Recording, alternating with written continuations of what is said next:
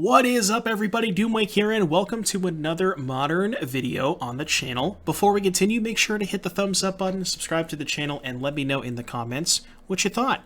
We are going to be playing some Modern with the brand new set, KAMIGAWA Neon Dynasty. I'm super excited. There's a lot of sweet cards hidden within the set. I haven't been able to go over the entire spoiler, but I've seen ones that have caught my eye over the past couple of weeks, and this is the first one that is, I think, posed to... I think this might be the most impactful in the entire set from Modern, outside of Besiju, of course. But this is Moonsnare Prototype. It's very similar to a card that we have all loved, or known and loved over the course of its lifespan, which is Springleaf Drum. Springleaf Drum, 1 mana artifact, tap an untapped creature, add a mana of any color. Moonsnare Prototype, very similar, 1 mana artifact, tap an untapped artifact or creature you control, add a colorless. So, two things to note. You can, it doesn't produce colored mana, only colorless, and the upside is you can tap artifacts, not just creatures. So you can tap other drums, you can tap Shadowspears, Relics, Spellbombs, Nettlecyst. You can tap non-creature artifacts for that ability. Very important. And the reason I think this card is so good is it just gives these Affinity decks more redundancy. And that is the most important thing, because I think the best draws of these Affinity decks involve turn 1 Drum, turn 2, and you just you can dump out your hand pretty quickly, you can get ahead of your opponent on mana, and you just get this overwhelming advantage because of your mana advantage. And having 8 copies of that way to get ahead of your opponent is really important, and I think really makes this deck a real contender in the format. So, Decklist is pretty straightforward, a lot of 4-ofs. We got 4 Prototype, 4 Drum to go along with our 4 Ornithopters and 4 Memnites. That's kind of like the package deal. We are choosing to play Esper Sentinel. I think you could maybe have a build that's mono blue if you didn't want to play Sentinel, but I really like the white sideboard cards anyways. So if I'm going to play white for sideboard cards, I might as well play Sentinel because I think it is the best 1-mana artifact in the entire format. The card is just super powerful, especially when you're on the play. And then we also have our artifact payoffs, which is 4 copies of Thought Monitor and Thoughtcast to kind of keep churning through the deck, 4 Nettlecyst. We're choosing to play Nettlecyst over plating, and I've had a couple of questions on that. There's a couple of reasons. One, I think the toughness on Nettlecyst is really important because you can get your cards outside of like Unholy Heat range, and it makes it so they can't trade with like your 1/1s and 2/2s because you just get to boost their toughness. And the other reason I like Nettlecyst more than plating is this deck is at its heart a mid-range deck. We're not as much of an aggressive deck as we are trying to play kind of a longer game with expensive threats and draw 2s. We're more of like we're trying to get more value out of our cards, and that's why Nettlecyst is so good, because it's a 2-for-1. You play it, your opponent has to deal with the Germ token, and then once they do, you have the Nettlecyst just lying around for any additional creature. And then the other kind of artifact payoff we have here is the full 4 copies of Urza. Now, I've been pretty down on Urza over the past couple of months, but I think the reason for that is because there wasn't enough mana sources. Now that we have 4 copies, we have 8 copies of Springleaf Drum, effectively. I really like Urza being able to, you just get a massive advantage when you play it.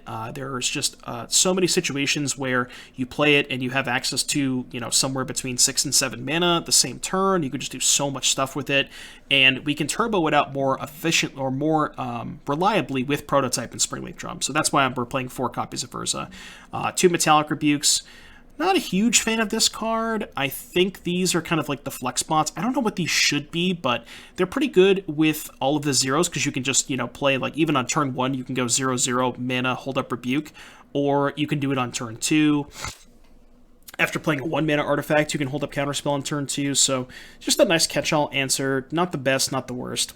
Mana base, we got Flooded Strands, along with a couple Shocklands and 1 of each basic, Seachrome Coast, a couple Glimmervoids here, and obviously for Urza Saga. You'll notice a distinct lack of artifact lands.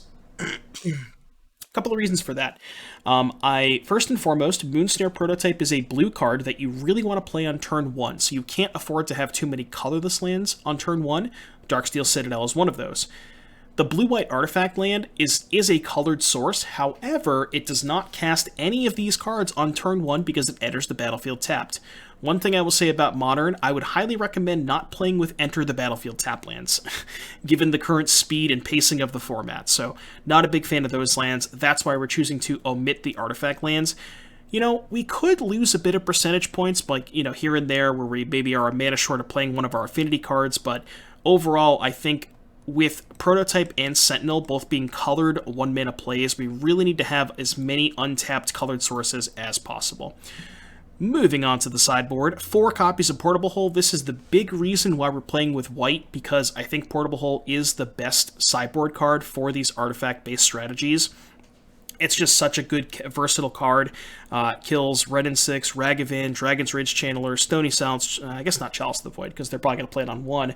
But there's just so many things that it kills. And certainly the best reason to play white. We're going up to 4 Metallic Rebukes after sideboard, very important in the control matchups, along with Teferi Time Raveler, 2 Rebukes to protect the Teferis. Teferi also very good against Cascade. Damping Sphere for Tron and Amulet. We have 2 more Relics for the graveyard decks, along with our additional Saga targets here in Pithing Needle and Grafdigger's Cage. So this is the deck list. I will say I originally got this deck list from Spiderspace. Me and Spiderspace both played this in the challenge on yesterday. Today I'm recording this on Sunday. We both made top 16. We both went 5-2, and this deck's sick, and I'm really excited to showcase this deck to you guys. This is only the first of many decks that we're going to be playing with Neon Dynasty, so stay tuned for that. And with all of that, I will see you guys for round number 1 in just a little bit. Alright, everybody, we are here for round number 1 of our first ever league with Kamigawa, Neon Destiny, and Modern. And this hand does not look particularly good, because we got some Nettlecyst. I mean, it's a slow hand. If our opponent's playing control, this hand's pretty good, but I think in the dark on the draw, I'm going to mulligan. I don't know if this is better, but we do have access to turn 2 Metallic Rebuke. I'm going to put the second Thought Monitor back. And then we'll see what our opponent is up to. Looks like some Murktide Regent. Alright, we got a Seachrome Coast, and we'll play... That's what we call the Scrybug. We call that one the Scrybug. Alright, take 1. We need to find an Urza Saga.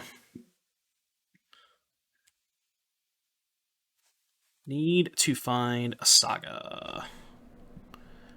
Is there a reason to play this? I could just hold it up until the point where I could use mana for Drum. I'm going to play the Flooded Strand in case they have Blood Moon. I guess I would probably counter Blood Moon. I could let it resolve, but...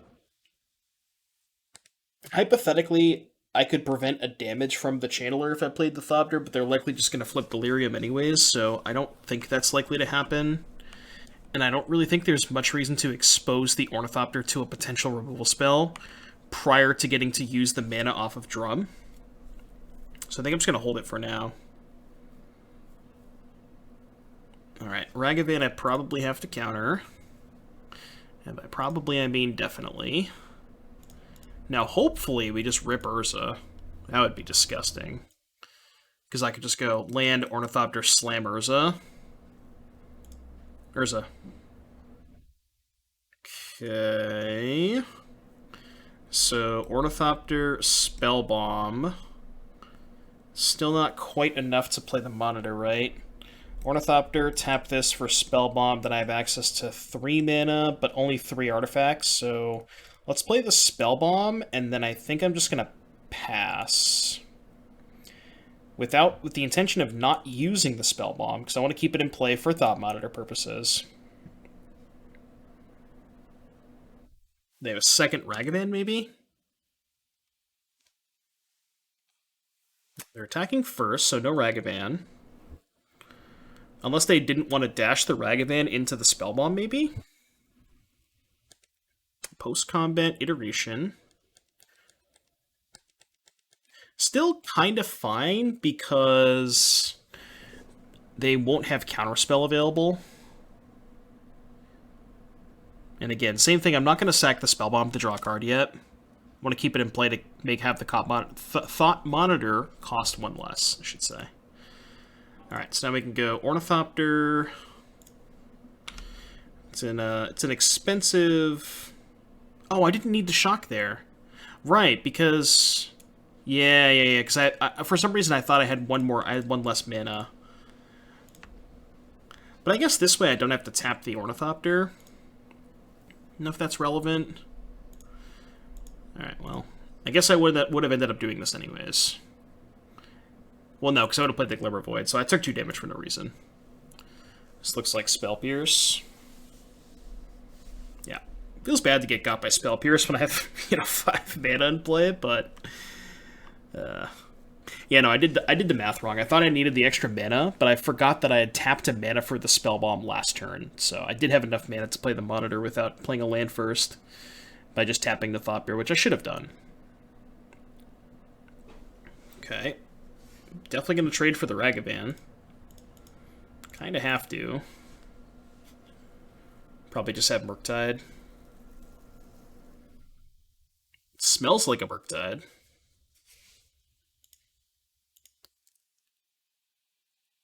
No Murktide. Okay, let's lead on Memnite. Probably Counterspell then, right? I can't play around it. 3, 4, 5, 6, 7. Play Monitor. No Counterspell. Okay, alright. So you're saying there's maybe a chance. Saga, and then I can equip the Thought Monitor? The reason I'm equipping the Thought Monitor is because this presents a trade for the Channeler. And now I have 2 blockers. If they kill the Thought Monitor and attack, I'm probably chump blocking.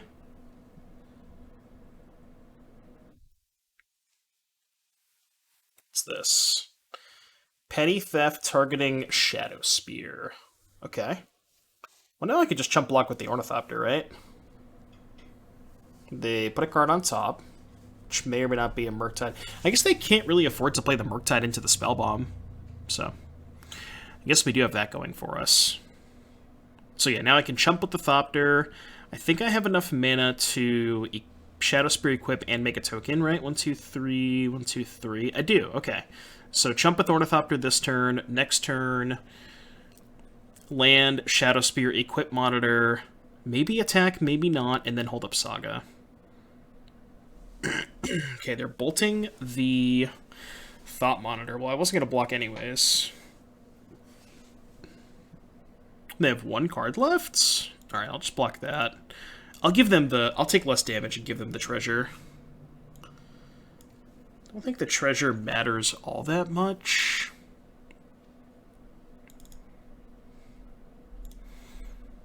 Okay, so now we can go Shadowspear, Glimmervoid, equip no attack to play around Dash Ragavan, and then...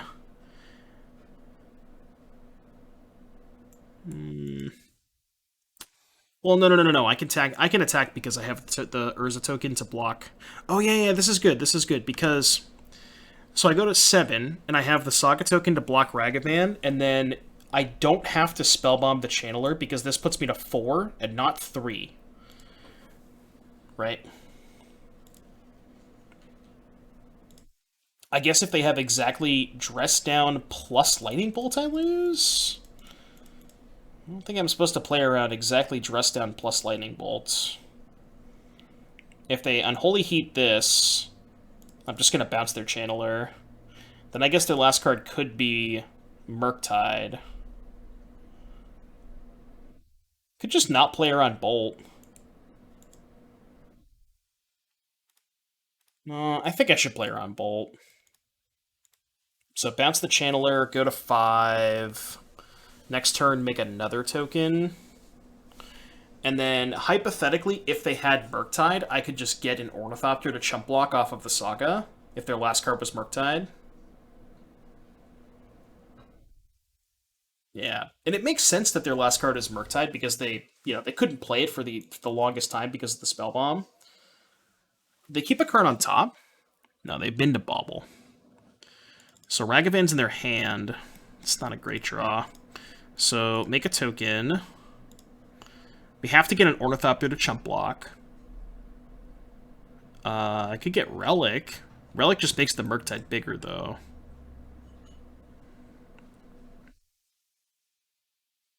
Oh, no. If I get Relic, I lose. Right, okay. So I have to get Thopter. And then I think what I want to do is tap 2, just equip this. Probably would have been better to equip the Ornithopter from chump blocking anyways. Still would have died to Bolt, though, right? Gain 1, go to 6, take 3, go to 3, die to Bolt. Guess I'll play my land. Alright, we need them to draw a land. We know they have Ragavan in hand. Okay, there's a Bauble. Which means they're not killing the Ornithopter this turn. They bin the Channeler. Okay.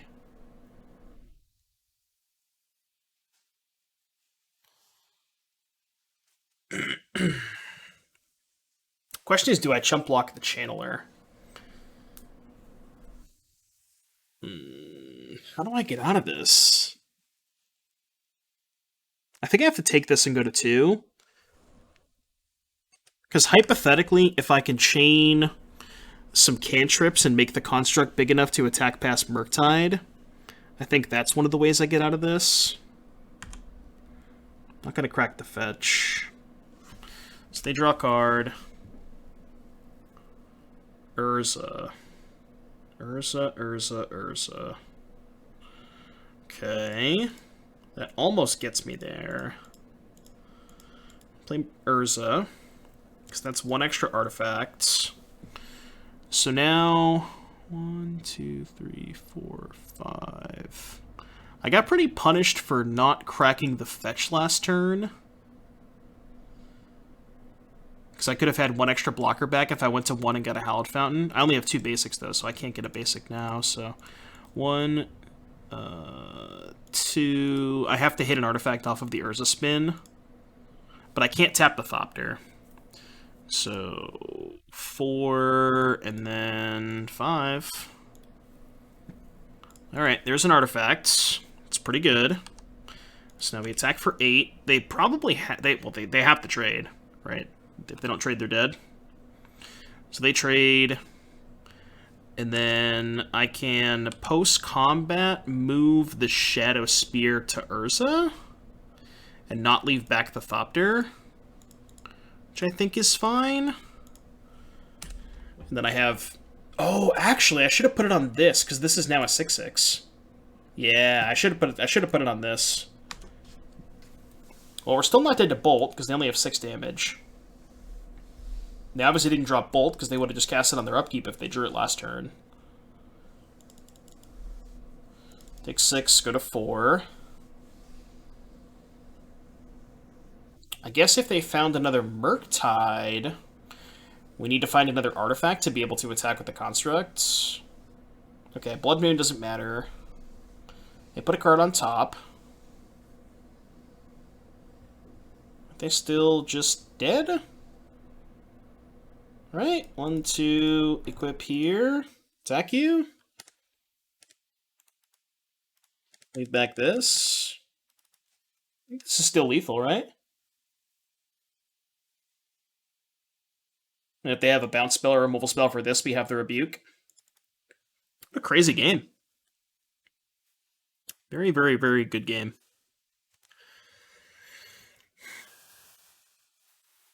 Seems like we got him, though.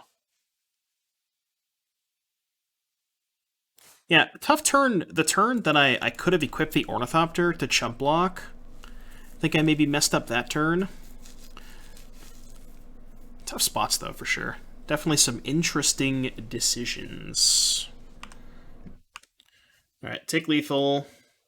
Game 2 against Murktide. Damping Sphere is bad. Relic is quite good. So we're going to bring in our relics. Needle's bad. Cage bad. Teferi, interesting. Rebuke, interesting. Portable Hole, probably good. Question is, what the heck are we supposed to cut? So they have a lot of counter spells. I'm actually not the biggest fan of Metallic Rebuke, because a lot of their cards are so cheap, but it is good against Blood Moon. What if we had, like, no Metallic Rebukes, trim on Urza, trim on this, and then bring in, like, 3 portable holes for Darcy? I want to keep in all of these because these are the most castable under Blood Moon. But these are not only not as castable under Blood Moon, but they're also a lot worse against counterspells because they always cost 4 mana. Can make the same argument for Nettlecyst, maybe. I think I'm going to try this. The problem with going super heavy on Portable Hole is it doesn't kill Murktide Regent. So, yes, it kills Darcy, yes, it kills Ragavan, but, like, Memnite also kind of kills Ragavan anyways. Don't think we can keep a 5-lander. Memnite, Relic, Urza. Alright, I guess I'll keep this. I'm going to keep a Flooded Strand in case, just because I want to get a basic for Blood Moon. We can go turn 1, Relic, double Memnite to play around Ragavan. Hopefully, they have a Ragavan-based hand. Probably don't, because they probably cut Ragavans, but... Oh, no, they have to, because they would have played Darcy. Yeah. Okay. Would have played Darcy first if they had it. So now we get to go Relic, Relic U, play some Memnites. Play some Memnites and we're chilling.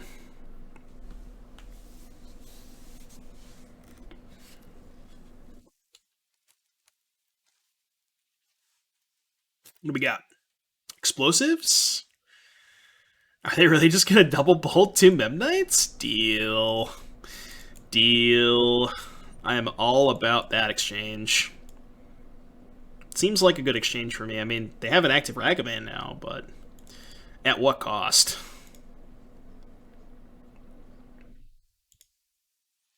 At what cost? It's gonna pass. I guess I'll activate the Relic now, but I'm just gonna pass. There's no reason to pop the Relic yet, because they're not threatening a Murktide. Actually exile the spell. Interesting. Probably going to be an iteration. Let's see if they want to pay. They do want to pay. Okay. Iteration happens. Ooh, I could have left the Relic up to bluff a Metallic Rebuke. I don't know if they would have played around it, but that's one reason to leave up the Relic there, as opposed to main phasing it. They hit a Channeler, but no land. Well, I'm snap blocking. I have to. Kind of stinks because I want to play this Glimmervoid, but... Alright, they did have the land. It's super awkward because I'm kind of incentivized to pop this Relic, given that they have 5 cards in their graveyard and I want them to play a Murktide Regent. But do I really want to pop the Relic and not be able to play the Glimmervoid? We'll see what we draw. I want to crack this for a basic, because I do want to get a basic land.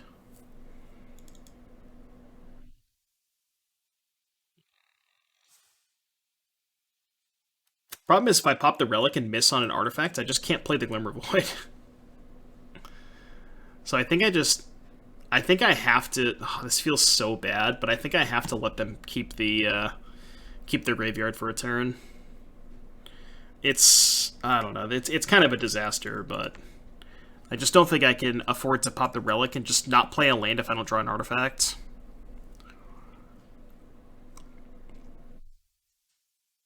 I mean, if they have something like a Shattering Spree, we're probably going to lose this game. Well, we're definitely going to lose if they have Shattering Spree. Another Darcy. Oh. I see. And a bolt on the Germ token. Okay, well, you really need to find a land here. Really need to find a land. So we get a 14. Saga?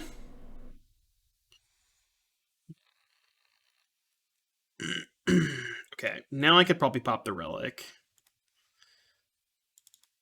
I could have played Thoughtcast first, but Not the worst draw. I could have played Thoughtcast first, but I wanted to leave myself the option... I guess that was dumb, right? I guess playing Thoughtcast first would have been better. But it's bad if I miss on... Oh, no. Because if I Thoughtcast first and miss on land, then I can't pop the Relic. I just take 9 damage. So I think Thoughtcasting first is too aggressive. They still hit Delirium! God, Darcy is so broken! Why did they think this card was a good idea? Okay. We probably have a counter spell, though. No? Alright, let's do this. I think same thing as last time, I just can't afford to not hit a land drop and take 6 damage. Alright, please, do not hit Delirium. Stop it! Stop it! It's not fair. If they hit Delirium again, I'm just like... Alright, cool. 2 artifacts. They actually bin the explosives. Oh, yeah, because they have a bunch of 1s. Stop! This is not fair! Oh, I need them to miss. Please miss, please miss, please miss, please miss! Alright, they kind of missed. But they kept a card, which is not good. Could be a Murktide, maybe? Oh, Iteration, yeah. Oh, man, this card is way too good. Is this the best red 1-drop ever printed? I think it is. It's so insane how good it is. Alright, we're dead. They hit a Dash Ragavan. Alright, game 3. Jesus. I think I like the way I sideboarded. I'm just gonna run it back. Maybe the 4th Portable Hole over a Nettlecyst. I feel like I have too much air in my deck if I do this, but... I think this is fine. It's just like, Darcy is such a beating. And they also did show me they kept in Ragavan. I wonder if that's like a play-draw thing. Because I don't think Ragavan is very good against me. Alright, this hand is excellent. I have to keep this. Alright, opponent also kept 7. Sentinel, Memnite, your turn. We got another Sentinel. Sentinel on the play is so backbreaking. Very, very backbreaking. 1, 2, 3, 4. Don't have quite enough to play the Monitor this turn, so we'll just go attack for 2. They'll probably fire off a removal spell. No. Alright, well... You want to attack first because they don't know you're playing a second Sentinel, which means if their plan is to just time walk themselves to play a removal spell the turn after, then when you're playing the second Sentinel post-combat, it really kind of gets them in the sense of now they kind of want to wait an additional turn to kill the Sentinel, or they just leave it in play the entire game, which is most likely what's going to happen. Like, they're just going to ignore it. Okay, I mean, it's good. It's actually really good. They didn't pay for the second one, though. Why would they do that? They're going to bolt the Memnite? Sure. Okay, well, this is fine because I can still play Urza. So we can go basic planes to play around Blood Moon.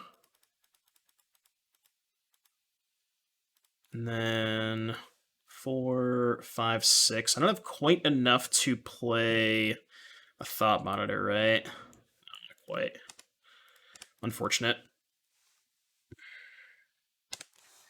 And then we're going to lose the 2 Sentinels and the Drum. Which means we're only going to have 1 artifact towards the Thought Monitor. We're only going to have 5 mana.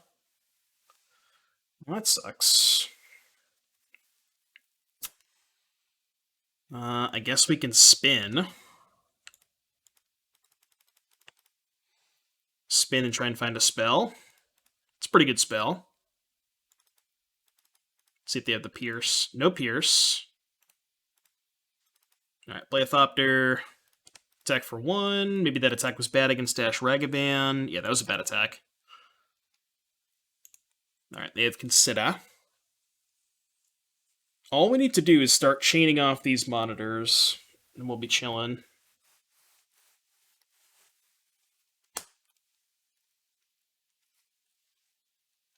kind of don't really care if they play Blood Moon this turn, because we have a bunch of blue mana with the Urza.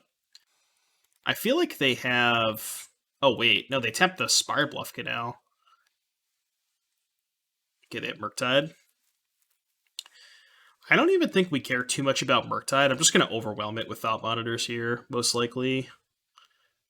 So the first one's going to cost... That was good. So we get to go... Or wait, cancel. So this one costs 4, right? 2, 3, 4. Draw 2. And then this one costs 2. And then this one costs 1. Let's play Ornithopter. Let's play Springleaf Drum. Play Seachrome Coast. And I think attack for 9. Leave back 1 jump blocker. Maybe I should have left back another jump blocker. I probably should have, right? Could I have left back the Thopter? I feel like there maybe could have been a way I could have left back a Thopter. I mean, it's not really like I'm in danger of dying this turn. Alright, it's fine. Take 7. Go to 8.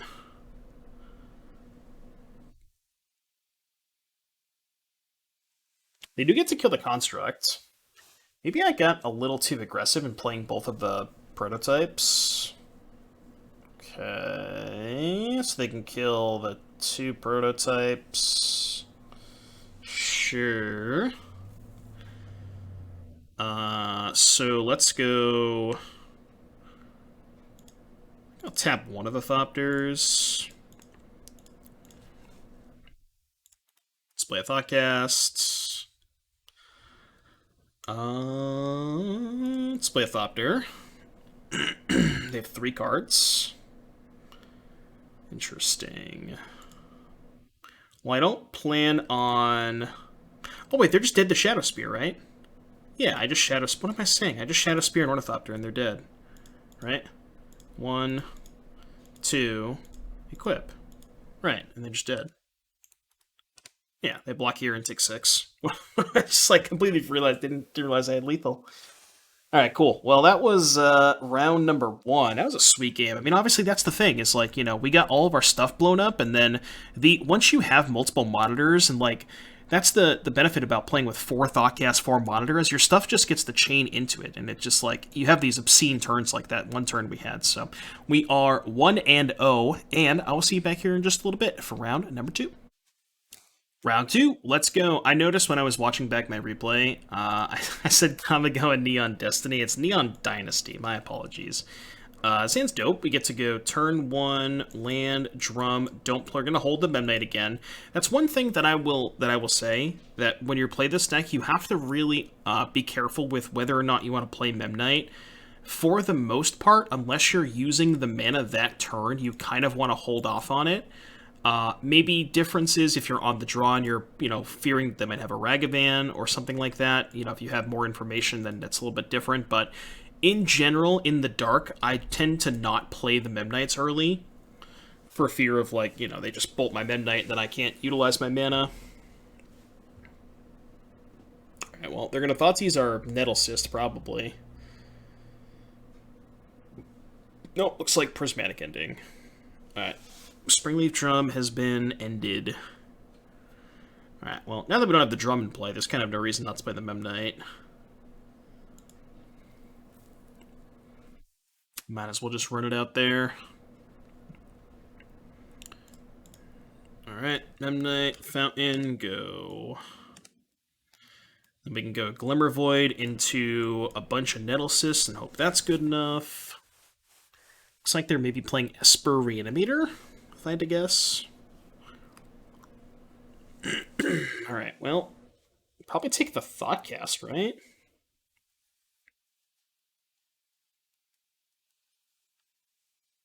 Yep, makes sense. What do we got? We got 1 Relic in our main deck. Maybe we'll draw that. Alright, I'm just going to be mana efficient. Just going to be mana efficient. It's also harder for them to interact with the Nettlecyst with the Glimmervoid, so... And then hopefully maybe find a land so we can go Nettlecyst and Sentinel. They're at 13, so... 11?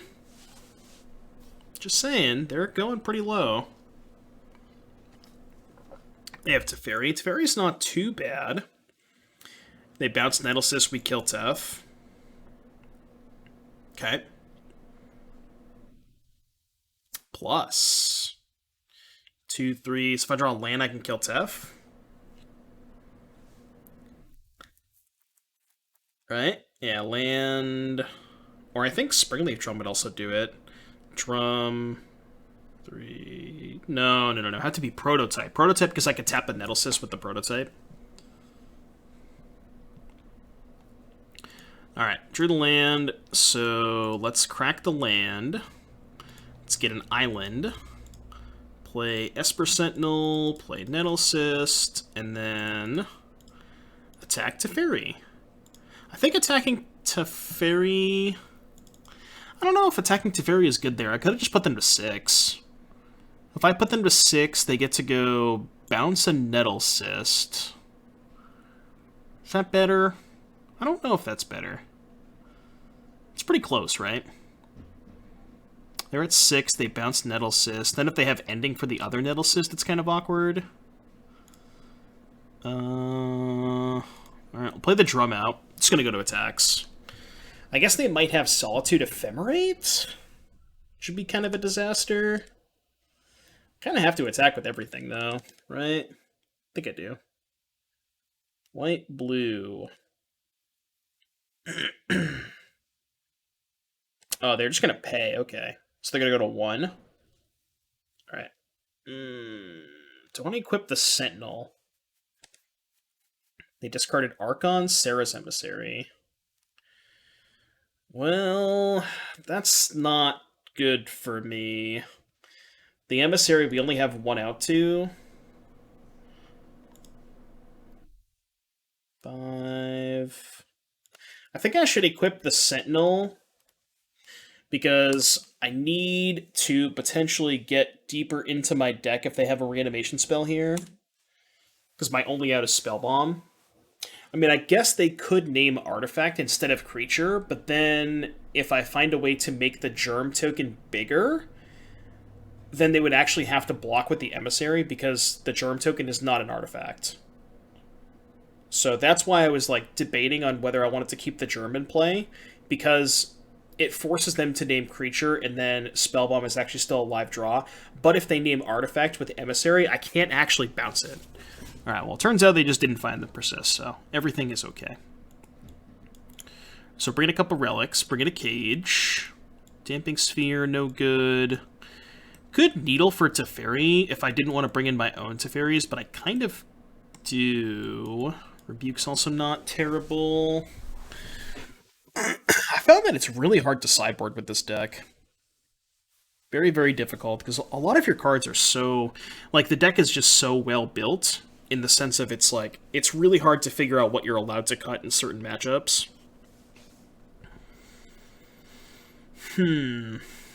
Like, I think Sentinel's great. Maybe Urza's a little bit slow. Could trim an Urza.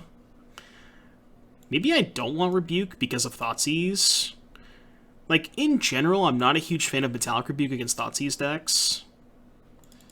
And then I could, like, trim a Nettlecyst if I wanted to bring in a Teferi, maybe. I don't want these Damping Spheres. These are bad.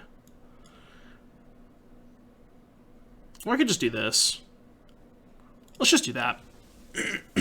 Oh, you know what? Sometimes these decks have Stony Silence. Yeah, I forgot about Stony Silence. Maybe I have to bring in Portable Hole. Well, we'll see if they have the Stony. This hand's really good. Can't beat a Stony, but I'm going to keep it. This hand's kind of awkward if they thought he's my Ornithopter. Okay, they're not doing that. That's good. So now we get to go Seachrome Coast, Springleaf Drum, Ornithopter, and then an additional 1-drop. which is probably just going to be... I almost want to slow roll the Relic to try and bait them into... Well, that's worse if they have Thoughtseize. I'm just going to play the Relic. It's... Not playing this is worse if they have Thoughtseize, better if they have Prismatic Ending, because I want to try and bait the Prismatic Ending on something that's not the Relic, but... Alright, looks like they have the Prismatic Ending for the Relic. Kind of annoying.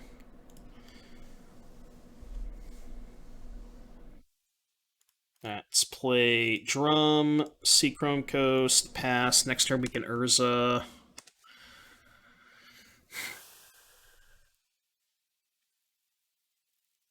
Is Urza going to be good enough is the question. Perhaps. Perhaps.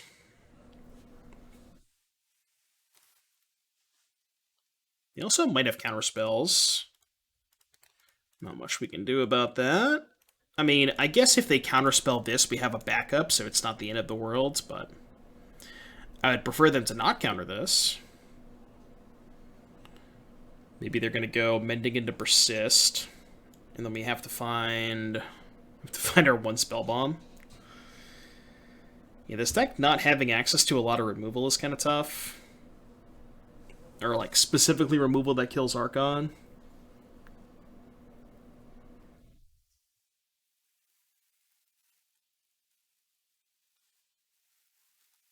I need to think about my sideboarding plans. Because I feel like I should be bringing in Metallic Rebuke. Like, not having Counterspell against the Reanimator deck feels so weird, but I really don't know what I'm supposed to cut. Let me know in the comments.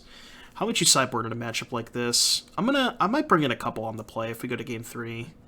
Which I assume we are going to go to Game 3 if they have Persist. I don't really have a good way to, like, race this. I can't kill it.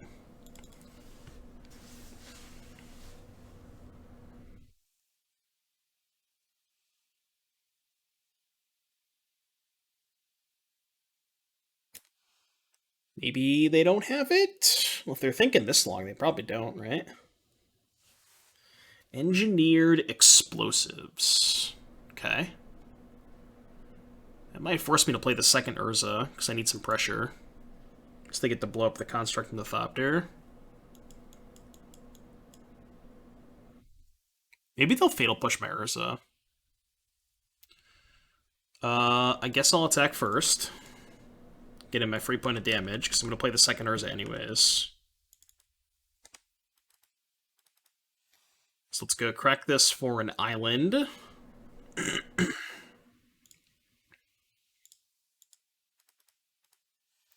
play an Urza, keep the new one. They have Mystical. No, they have Consider. I was going to say they have Dispute. Consider. They kept it, I think. It's hard to tell. I wish it told you in the game log. Alright, your turn. Kind of on air. They didn't play a land last turn, but they also don't have, or didn't have Persist last turn. They could have found Persist this turn, but...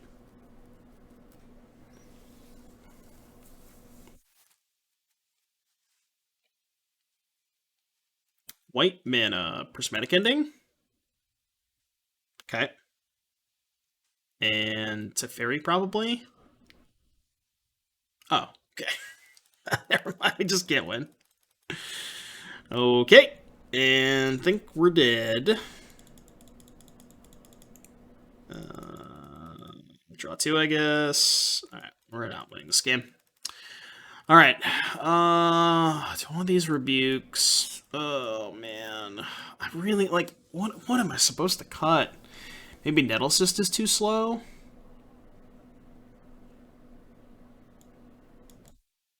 If I can, like, trim a couple Nettlecyst, trim a Prototype, trim a Thopter, bring in 4 rebukes.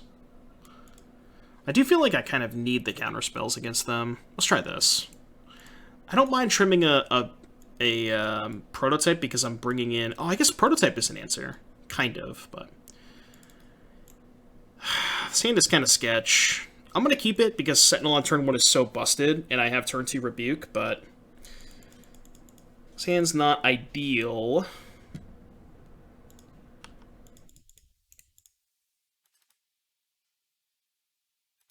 Alright, Sentinel go. See what they're up to.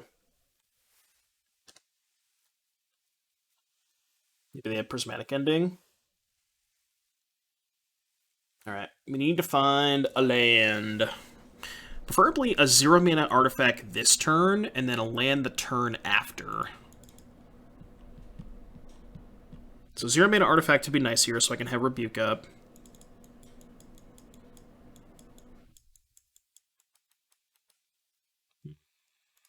Not quite a 0-mana artifact, but it is an artifact.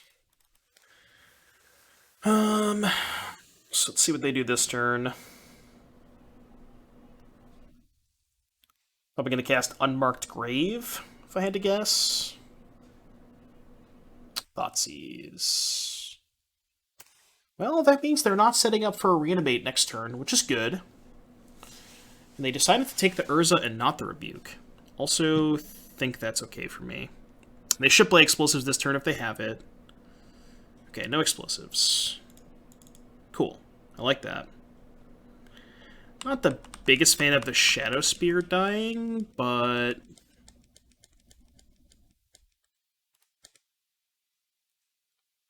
it's a really awkward draw step.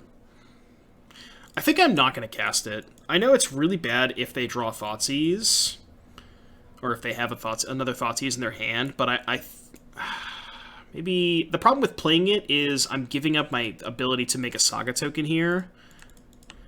That's why I think playing it's kind of bad. Okay, this is good, because now... I think what I want to do is make a second token.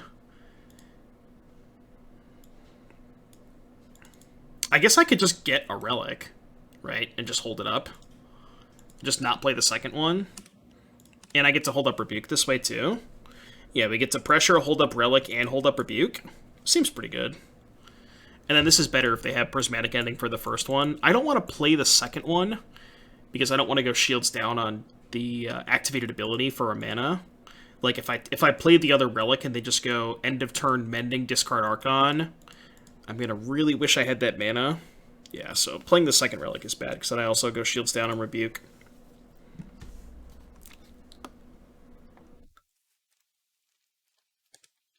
Alright, they got a Zagoth Triome.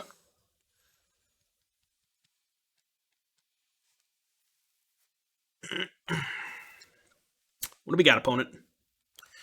What do we got? Nothing. Nothing is good for me. Because they could have Verdict. Sometimes these decks have Verdict. Alright, no double white, so no Verdict. Black mana.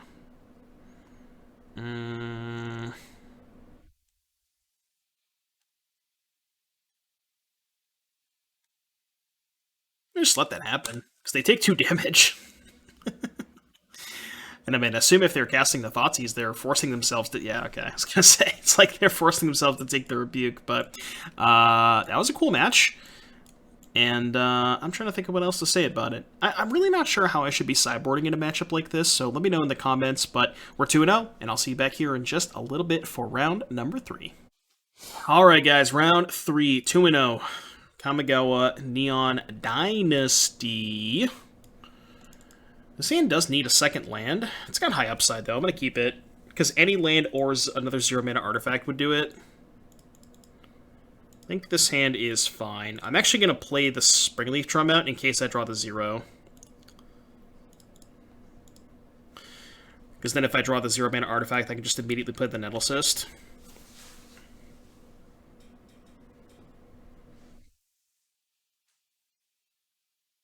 That's what I'm saying about, like, I think the best draws out of the Affinity deck always involve Springleaf Drum, and now that you have access to 8 of them, granted, I do think that Prototype is a little bit worse in terms of, you know, being like an actual Springleaf Drum type effect, but it does have the also added upside when you flood out that sometimes you just, you know, 5-mana bounce a thing, which has come up a couple of times for me.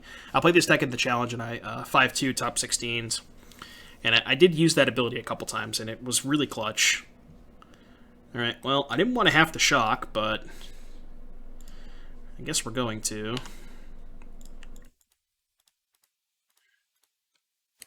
I don't think I'm going to play another 0-mana artifact, or excuse me, another 1-mana artifact, because I want to leave back the Nettlecyst to block the Swiftspear. Like, essentially, if I play a 1-mana artifact here, I'm paying, 2 or 3 life to put it into play, which just doesn't make any sense. Rather just have the 4/4 back. Also, the cool thing about Prototype is you don't have to tap a creature. You tap any artifact. So you can tap extra drums, you can tap your stuff that you get off of Saga, you can tap Nettlecyst, so it's not in. It doesn't require you to have specifically a creature, which is important. All right, let's find a Saga, a Shadowspear, an Urza, another Nettlecyst. That's an Urza.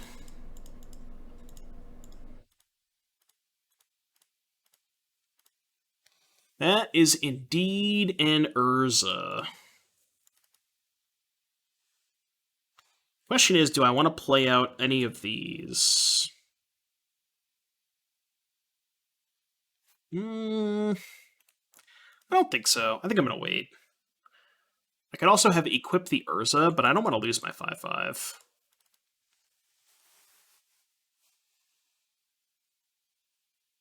So yeah, now we're just looking for Saga or Shadowspear. I was almost going to say Springleaf Drum. Definitely don't want to draw the 4th Springleaf Drum.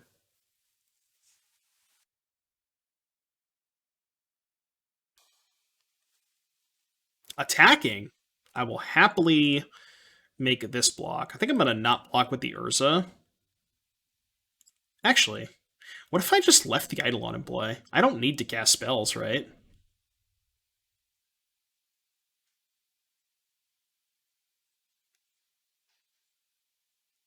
I'm trying to think.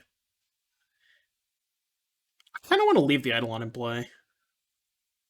It's tough. Could also take. I think taking is kind of bad. Blocking with Urza, I think, is also bad. It's just a question of what do I block with the construct.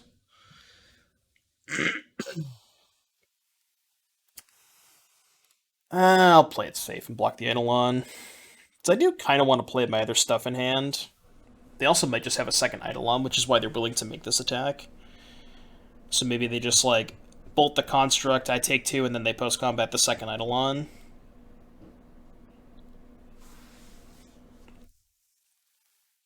They are bolting me. Which means they probably have Searing Blaze, right? Because they certainly have to kill this token.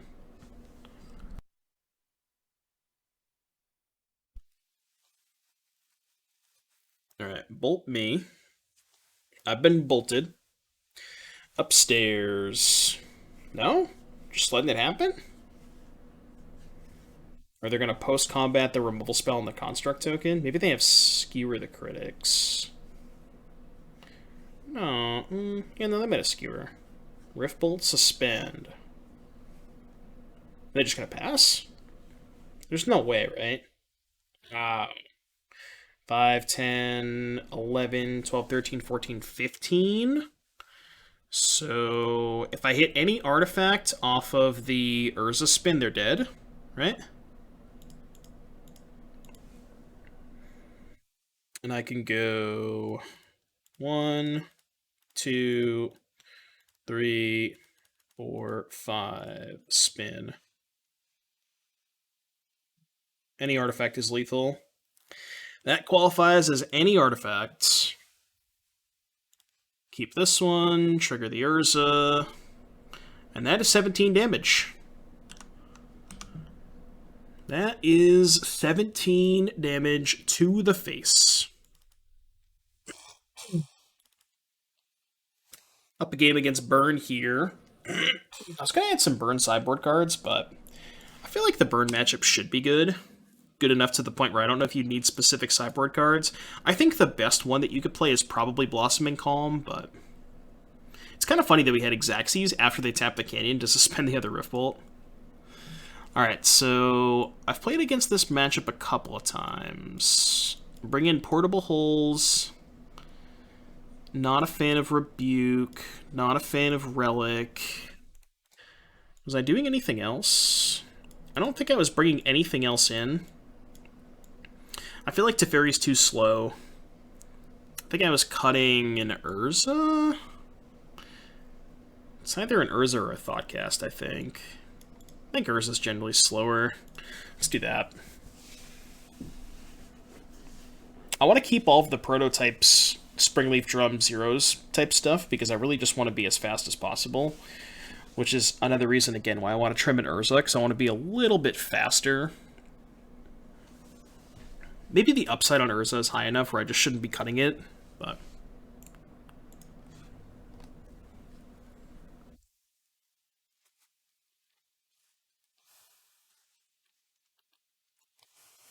Alright, game number 2. Burn. No Lurrus, by the way. Y'all know my stance on Lurrus and Burn. So, Drum, Thopter, pass. It's a turn 2 Thoughtcast. I'm going to keep it. I don't know if turn 2 Thoughtcast is good enough. It's like turn 2 Thoughtcast with nothing else. Yeah, maybe I should have bolted this hand. Like, if this hand had a Saga, I think it'd be a pretty easy keep. But the fact that I have 4 lands that aren't Sagas is kind of awkward. Alright, so Drum, Thopter. We drew a castable spell. Which is not terrible.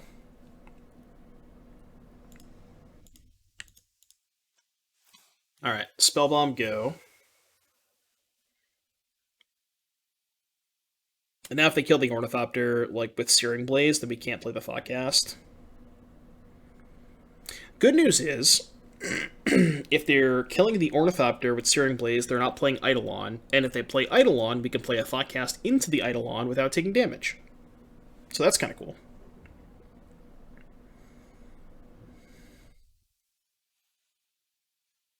That's another reason I would consider keeping all the Urzas in, because it's a powerful effect that does, like, it's a way to generate a threat without taking damage from the Eidolon. Looks like they have Blaze. Nope, they have Eidolon, okay. Deal.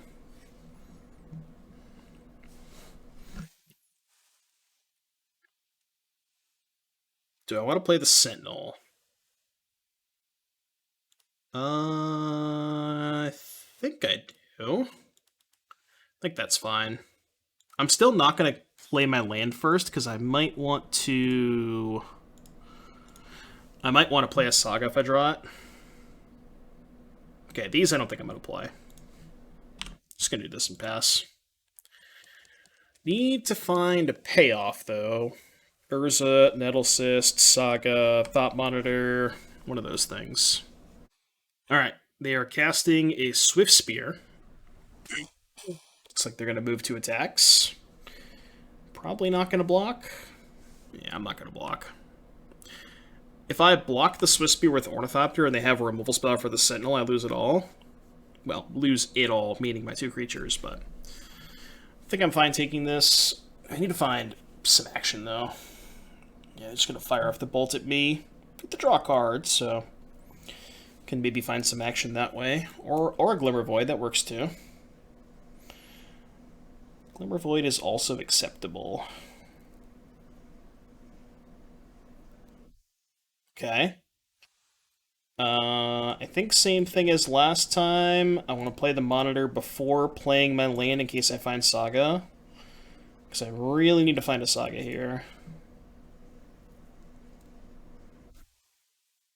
Okay, not a Saga. Found a Thoughtcast. Just not terrible, but it's not a threat. Okay, Urza plays next turn. If there is a next turn.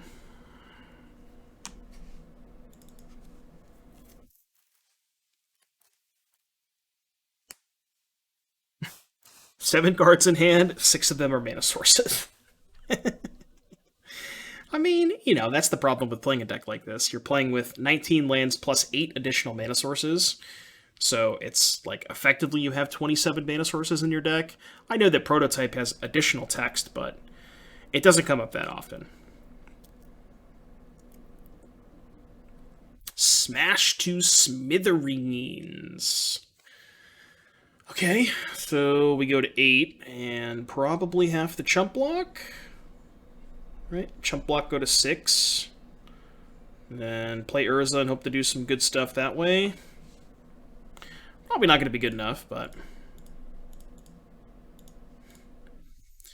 Jump, go to 6, play Urza. There's not really much difference between 6 and 5. Huh. Well, I could play Portable Hole and Crack a Fetch to go Portable Hole before Urza. Because unfortunately, I can't Urza Portable Hole without cracking a Fetch. Maybe I just don't play the Portable Hole then. What if I just play Urza, have the blocker? Yeah, let's just get a basic play Urza and leave back a blocker. And then maybe they play a bunch of creatures next turn, and I know the coast is clear to just play... Oh, actually, hold on a second. What if I bounce the Eidolon and then Portable Hole the Swiftspear? Is that good? Because I could go... Tap the Spellbomb for blue, sack it, bounce the Eidolon, tap the Drum, tap the Sentinel, Portable Hole the Swiftspear.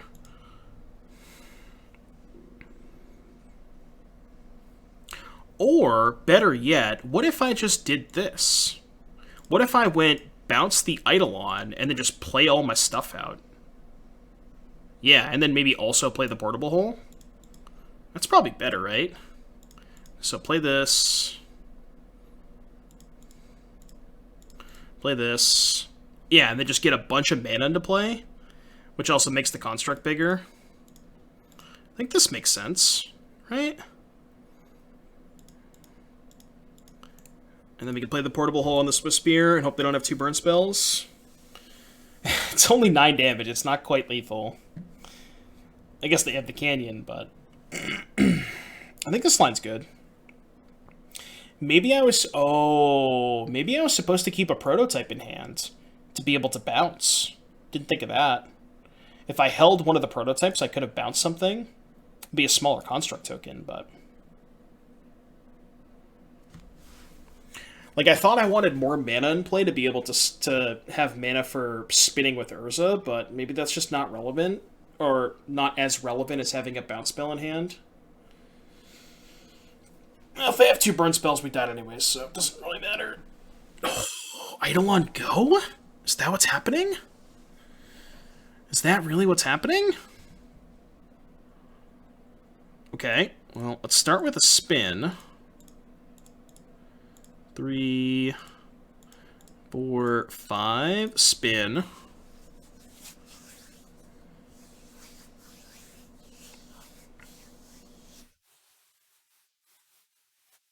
That Monitor's good. That one doesn't take us down. That one doesn't cost us life. So, draw 2. Okay. How about another Thought Monitor? Draw 2.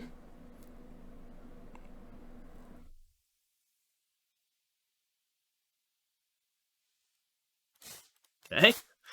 How about a Thoughtcast? Draw 2. I'm just gonna keep drawing 2. Okay, we found a Shadowspear. Do we play around Lightning Bolt? I feel like if they had Bolt, they would have cast it first, right? I mean, I kind of have to play the Shadowspear, right? I don't think I have the choice to... I don't think I have a choice. I think I just have to play it. Like, yeah, I'm dead if they have Bolt, but I think I have to play it. If I give them one more turn with the ability to... if I give them one more turn with the ability... Like, if I let them untap and have all 3 of their mana, I'm 100% dead, right?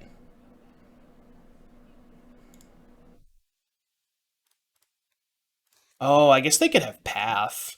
Path is a card they could have. I don't think I could have played around Path, though. It's the same thing, right?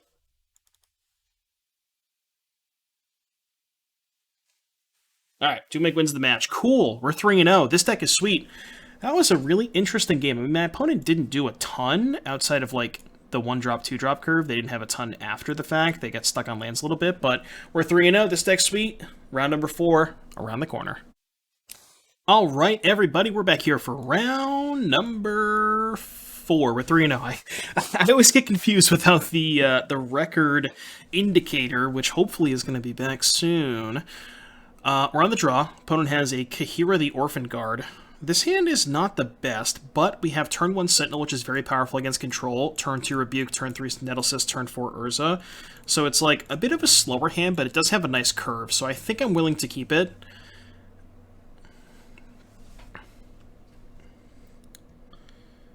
Ooh, Saga's a pretty good one.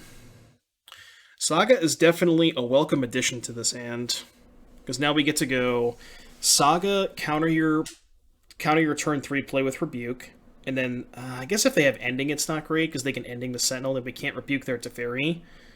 So let's hope they don't have Ending. Hopefully they just hold up Counterspell here. So the one card we don't want to see is Ending, because they can Ending the Sentinel, pay for it. Alright, no Ending. Good. Ooh. Alright, perfect. So now we get to... Ooh, we even get to play a Relic here, too. So we get to go Relic, pass.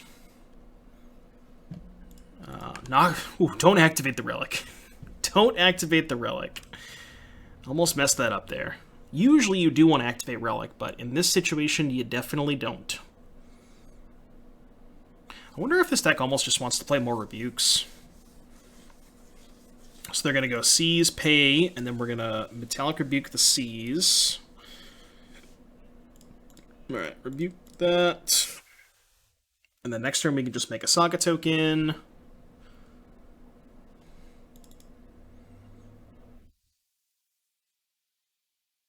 Drew an Ornithopter. There's not really a reason to play the Ornithopter here, so I'll just hold it. Just in case they have Verdict. I mean, they're not going to Verdict this board, obviously, but I might not play it next turn either, is what I'm getting at. I might want to save it. Alright, another Spreading Seas. That's fine, because we get our token. Cool thing about this setup is we get to lead on Nettlecyst, kind of force their hand on Verdict, and then follow up with Urza. So, that is kind of cool. I guess we need to find a land to be able to follow up with Urza, but... I guess a disastrous situation would be I play Nettlecyst. No, because I'll have the Nettlecyst in play. Yeah, okay. So we're going to go... How many of these Thopters do I want to commit? I do kind of don't mind having an extra Thopter lying around post-Verdict for the Urza. I think I'm going to commit one of these.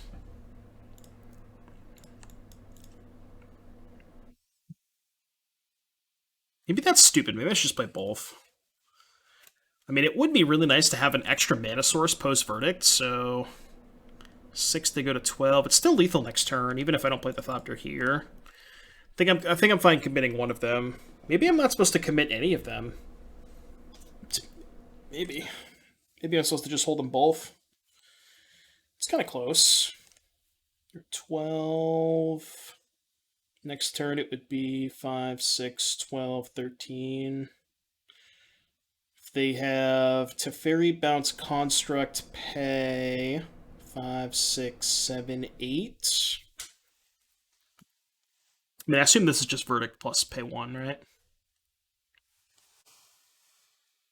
Alright, our opponent is tanked a little bit, and they've decided to cast Prismatic Ending on Nettlecyst. Alright, we'll go ahead and Relic them. Okay, Prismatic Ending resolves. Thoughtcast, not a bad draw.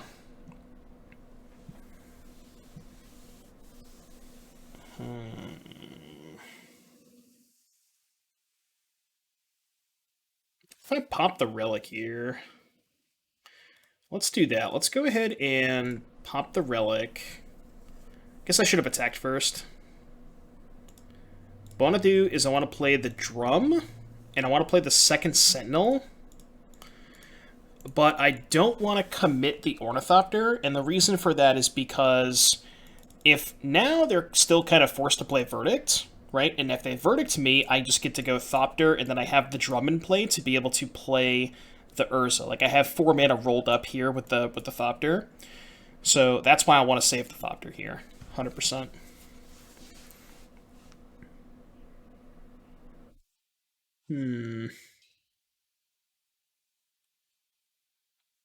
So I'm guessing they probably have Solitude. So what if I just go Urza Saga, Nettlecyst, and equip Ornithopter? What do you think about that line? I think I like that. Because they might have to counter this, which means they don't have the Solitude up. Cool. This is fine. And they are choosing to pay for 1. Okay, so they're going to charm the token. Is that what's going on?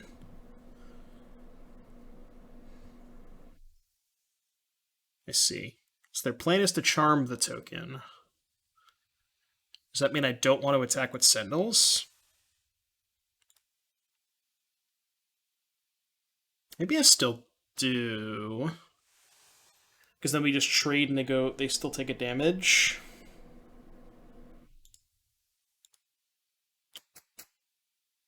They have 2 cards. I mean, we're getting to the point where the Sentinels aren't that great. And I think trading now is good because if I don't trade now and they have a second charm, this actually gets bigger than my Sentinels. So I think the trade now is fine. So they're at 4. No reason to play the Thoughtcast here, I think. Yeah, I'll just pass. But then we just sit on this Saga. Okay, well, it's not the best spot. I mean, we're far from dead, but like we're still definitely ahead. But I don't know. I feel like it's maybe slowly slipping away. Okay. I can't really attack with the Sentinel into the Colonnade either. I'm just going to play another Saga and just pass. Just make some tokens. Again, I don't want to commit the Urza yet. Rather just make tokens. Like, if I play Urza and they counter it, I can't make a token, right? 1, 2, 3, 4. I'm a mana short.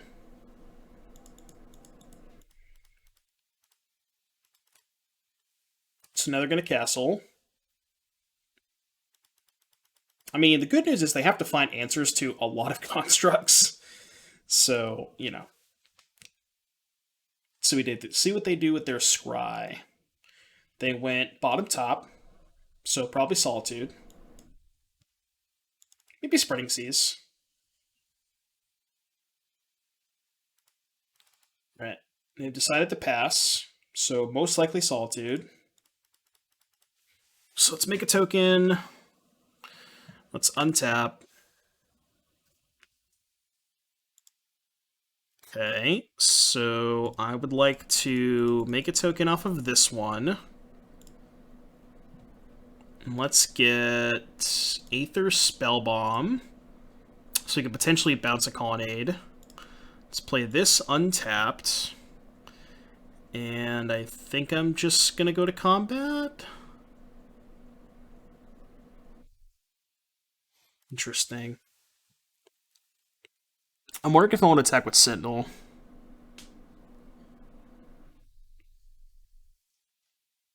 One, 2, 3, 4. I think I only want to attack with the Construct because if they have Solitude, I can't afford to be forced into a spot where I want to Spellbomb their Solitude back to hand. So I think it's just this, and then have them Solitude this.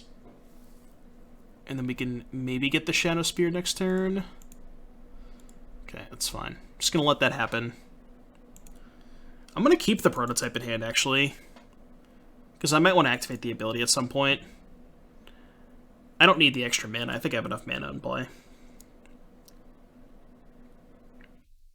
Let's see what this is. Chalice for 1. Okay, that's fine because I can Saga the Shadowspear. And they have 2 cards. The last card has to be a Solitude, I think, or they're dead. Okay. Well, if they had Solitude, they wouldn't pick up the Kahira. They would just hardcast the Solitude, right? Pretty sure. So we should be fine. We should be good to go here. Obviously, I'm not going to bounce the Solitude when they have a white card in hand, but should be fine. So this gets Shadowspear. Play the Thopter. Now I'm just going to dump my hand.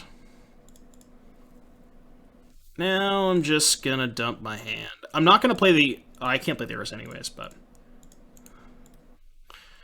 Alright, combat.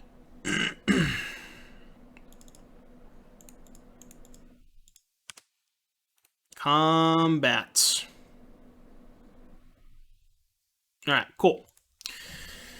Going to game 2, playing against blue-white control. I think Relic is not great. They don't usually have a ton to do with their graveyard. Needle is excellent. Teferi and Rebuke are both excellent. Don't want the Relic. I think I'm going to keep the Aether Spellbomb. Similar to the previous grindy matchups, I'm going to shave a Prototype and an Ornithopter. Might actually just shave 2 of each. Because these games are going to go super long. The thing about, like, games that go longer, you really want to have your card quality be a little bit higher on average, which is why I'm cutting, you know, mana sources plus Ornithopters. What's the last cut? Maybe I don't need the Spellbomb. Spellbomb is kind of cool at bouncing my own Urza against Supreme Verdict, though.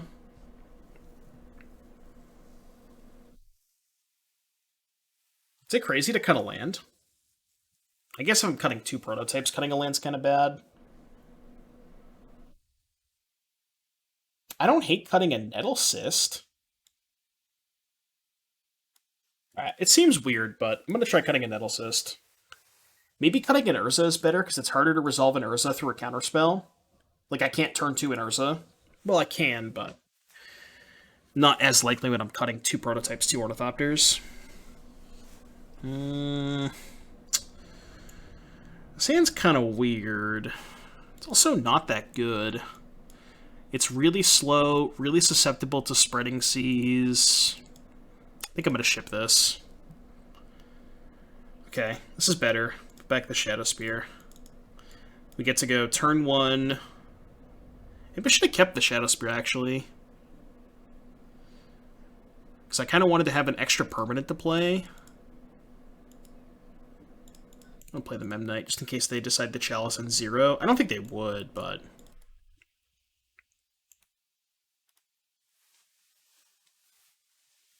Okay, no Chalice. So Sentinel's probably getting countered. Which is a little awkward. Wish I had drawn this last turn. Because now I can't play Thoughtcast. I'm going to not attack with the Memnite to bait Rebuke. It's basically 1 damage versus the potential of, like, the bluff factor of holding up Rebuke. Ooh, they don't have a land? That's good for me. Well, that's good. And we drew a Saga? I kind of don't want to play the Thoughtcast into the obvious counterspell. Especially if they're missing land drops. I'm just going to pass. Yeah, I'm just going to pass. Cycling Shark Typhoon. Yeah.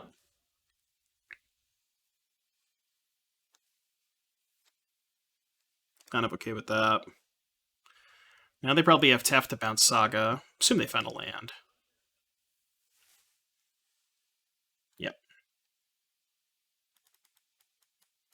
But remember, last turn we put the fear in them when we didn't attack with Memnite. We represented the Metallic Rebuke, so they might play around it. They might have the luxury of playing around it, but... Alright, tilt. Tilt, tilt, tilt. But now we get to resolve Thoughtcast, which is kind of good. Wonder why they didn't float a white. So it costs 3, so I can play Thoughtcast before playing my land, just in case I find Saga. Did not find Saga.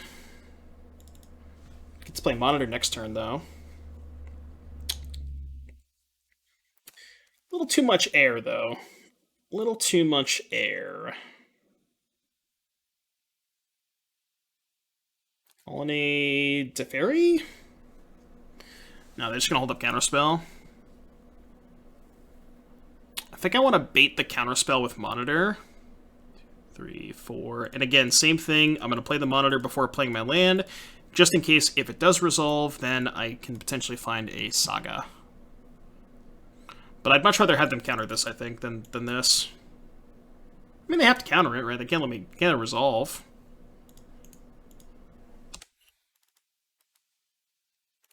Alright, let's hope they don't have a third counter spell. They probably do.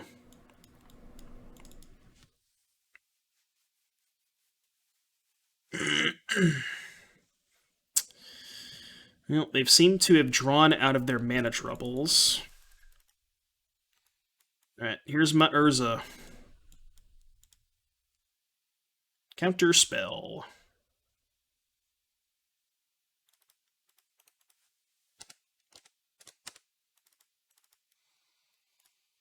Battle for 1. Pass turn.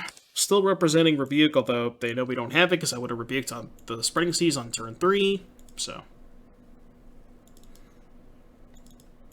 Alright, well, if they have the 4th counter spell, there's not a lot I can do about that. Resolved. I like that. Oh, I should have played the Ornithopter first to play around Solitude. I screwed this up. If I played Thopter, I could have got a... Yeah, that was bad. Because I could have got a flip. Okay, that was bad. Well, I'm not going to play the Thopter now. It sucks.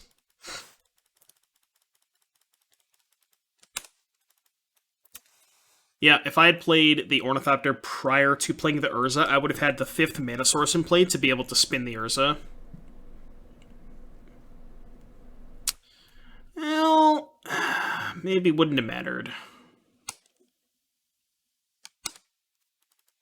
Alright, we need a hitter. That is not a hitter.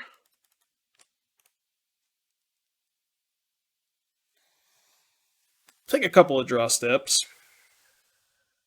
Yeah, this Colonnade too. It's going to kill us pretty quickly. God, their draw was... I mean, they missed a land drop, but their draw was pretty good. Now they have the Gahira to go double Solitude. Yeah.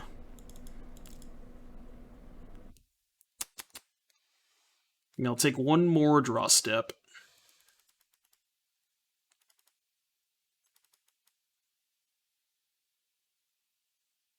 Alright. Now we draw the Rebuke. I mean, I still think I like the way that I sideboarded.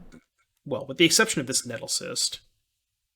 Is there any chance I'm supposed to cut an Urza against counterspells? Just go under them? It seems so weird, but I kind of like it. I know it looks weird, right? But, like, cutting an Urza in this matchup, but they have so many counterspells.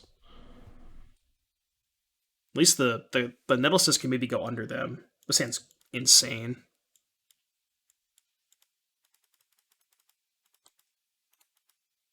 No reason to play the Ornithopter here. We'll just chill on it.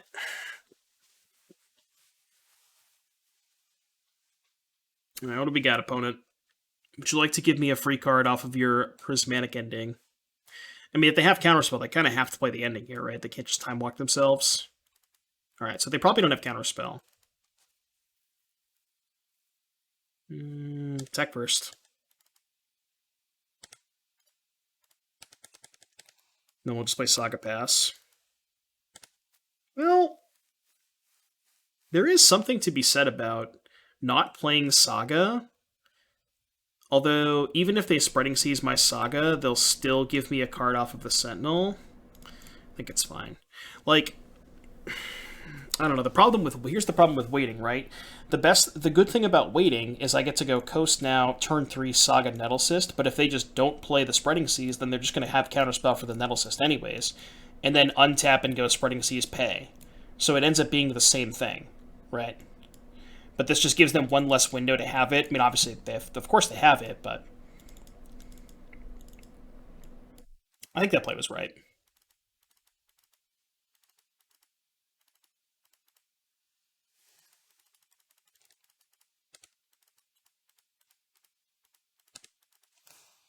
Alright, attack with Sentinel, and need to find some action. What do we got? Hold up Counterspell, hold up Counterspell. Ooh, we are leading on that one. 100% leaning on this one, because this one they have to counter. Hopefully they have Charm and not Counterspell. What? They just don't have Counterspell? That's so good for me. I'm going to play her on Charm. Or Shark, I mean. I'm going to play her on Shark Typhoon. I don't want to trade Shark Typhoon for Sentinel. So they just don't have a Counterspell, huh? Sure. Shark Typhoon is fine. I mean, maybe they have Prismatic Ending for Teferi, but they still have to tap out for that. They also can't do that without Fort Land 4. So, no land? Oh, that's dope. I like when my opponent doesn't play lands.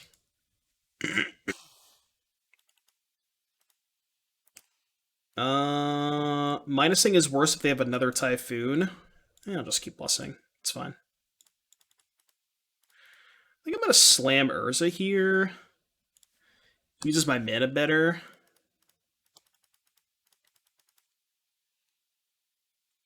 I'm just going to play it all. I'm going to go Urza into Nettlecyst. But I kind of want to not play the Ornithopter so that if they verdict me next turn, I can save the Ornithopter to equip to the Nettlecyst. But I do want to resolve the Nettlecyst this turn, I believe, but just not play the Thopter.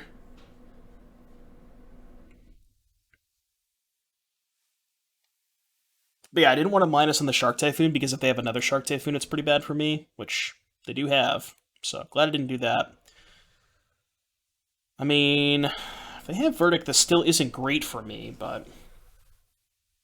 Okay, that's probably going to be a Verdict. We do get to go Thopter equip, keep the Teferi in play.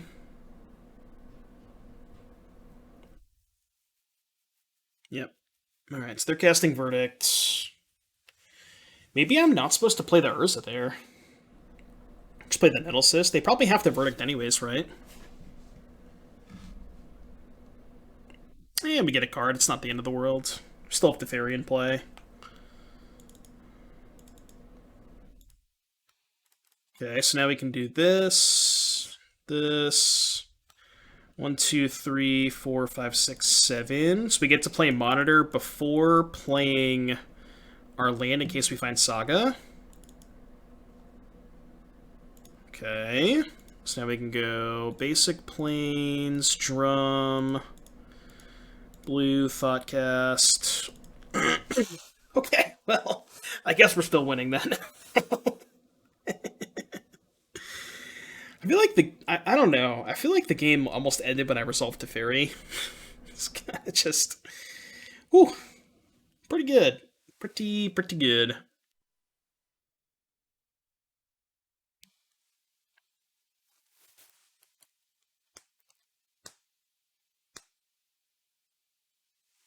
They have their own Teferi.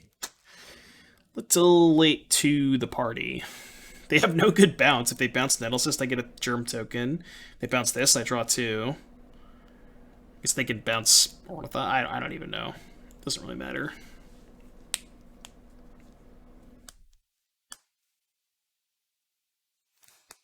I guess they could, in theory, bounce the Thopter, then Solitude this to protect Teferi, but...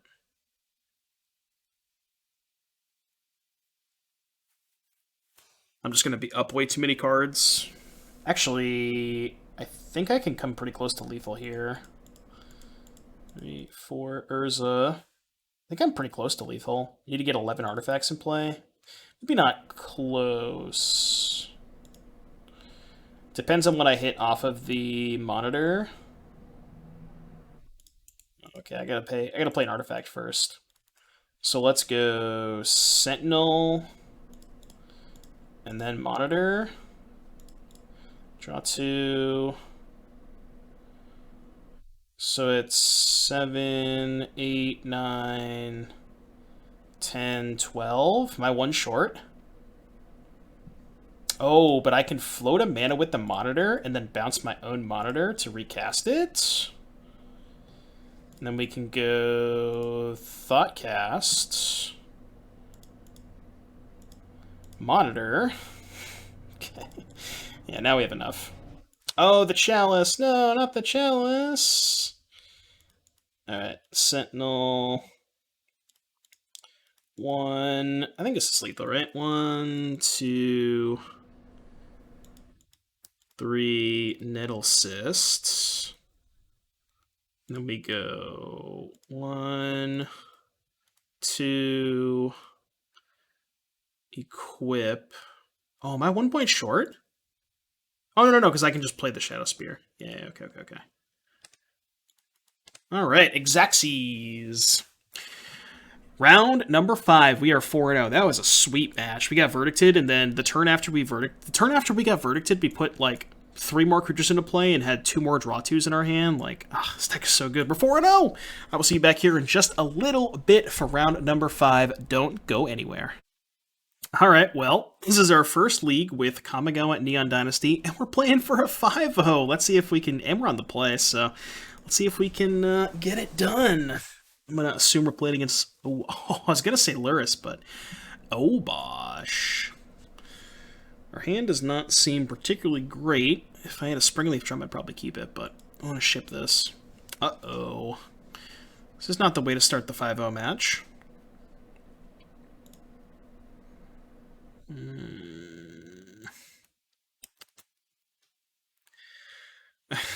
I don't love this hand, but I think I'm kind of priced into keeping it.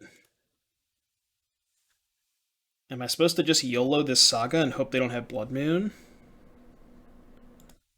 Like, I think what I want to do is put back these 2. This is going to look kind of weird, but... And I want to go this into Sentinel and then Memnite. And ideally, these can prevent them from hitting me with a Ragavan on turn 1 or turn 2, and then I can just follow up with, make a Saga token, hope that can carry me, or just hope they don't have a Blood Moon. Oh no. They have Arbor Elf. I thought they were just playing mono red. Uh-oh. This is not going to go well for us. I think I'm actually going to offer the trade for Sentinel, because I really don't want them Blood Mooning me. I think I'll take this trade. I should have attacked first, but... Because maybe they're more likely to make the trade if they think I might not have Saga.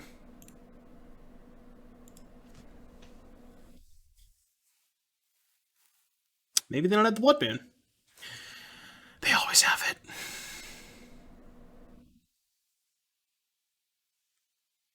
Okay. So they're probably not going to pay, right? Because if they pay, they can't play Blood Moon. So I assume no pay. Maybe we can dodge Blood Moon. No, we're not going to dodge Blood Moon. Nope. They definitely have it. Red. What is red? Oh! So you're saying there's a chance? Okay then. No Blood Moon. I'm feeling better about this. Should I pop the Relic EOT? I don't know if I should pop the Relic EOT. I kind of want to have a bigger construct. I'm not going to pop it yet. It's possible I get punished for not having the extra mana to use it, but... Okay. I'm going to fetch main phase, just in case they have some, like, weird main deck disenchant. I guess Beseiju is a reason, so... Yeah, I should fetch main phase. And then we'll ship it. And if we can dodge Blood Moon one more turn, which... I don't think we're going to be able to dodge a second to Blood Moon another turn, but if we can go next turn, float mana, get a drum, slam Urza, and then the game's probably over from there. It doesn't usually take long when you've resolved Urza. Ooh, Sokenzan.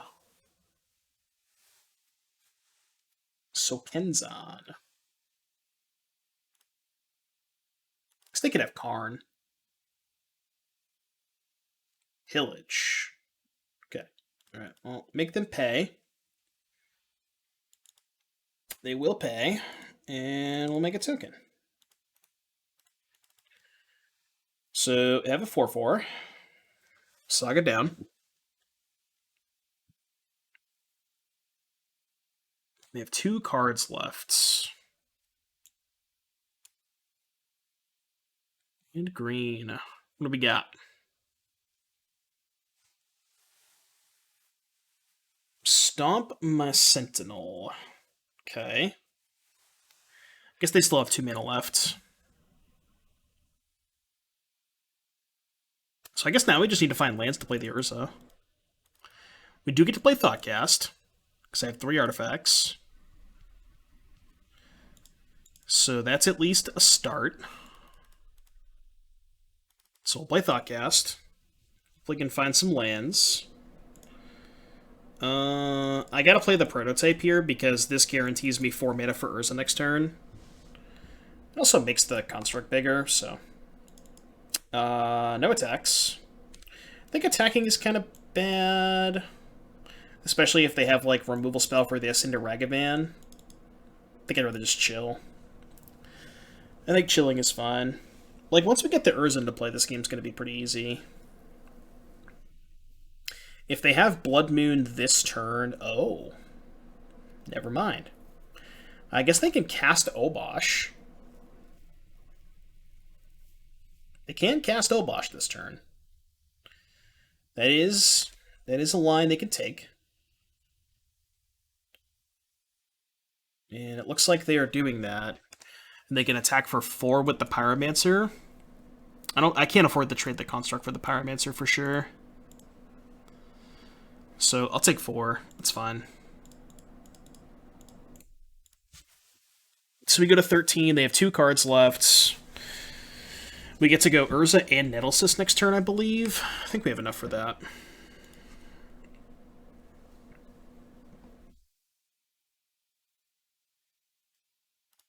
Okay, so let's go 1, 2, 3, 4, Urza.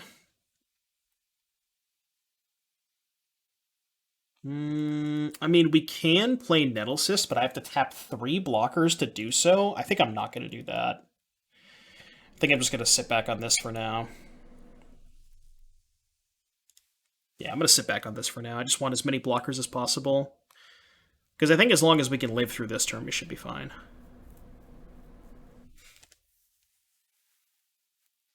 If they have something crazy like main deck Grudge, then, you know.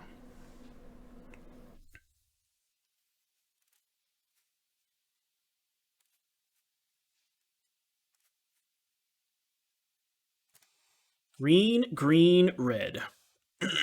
Eternal Witness. You don't usually see that one in Bonza. So they're going to pillage one of the constructs. It's actually pretty... Oh, wait, I could have just popped the Relic. What am I doing? Oh, I should have just popped the Relic. I forgot that I had the Relic there. Yeah, that was bad. I should have popped the Relic. 100%. Yeah, this is bad. Because now they just get to pillage one of the constructs. Yep, should have popped the Relic. Okay, construct has been pillaged. So I guess I just chump block the Obosh and probably take the rest. We're gonna cast Bone Crusher. Okay. I assume they attack with everything.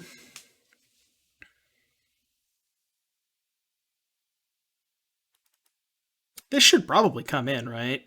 I don't think I can afford to trade the construct. Oh, I guess I could. Now the question is, do I want to trade the construct for the Pyromancer? Given that I'm going to play 2 Nettlecyst next turn.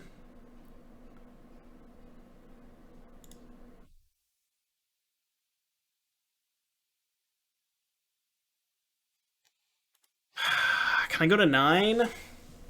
This doubles, right? So 1 bolt would not kill me. 2 bolts would kill me.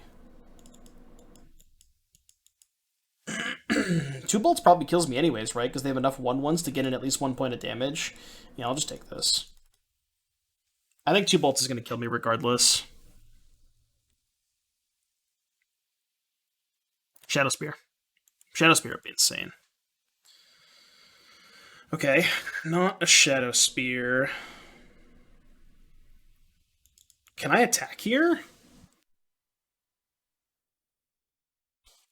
I guess not really, because they have enough chump blockers. Okay, so let's just go 1, 2, 3 Nettlecyst. And then we'll play the other Nettlecyst.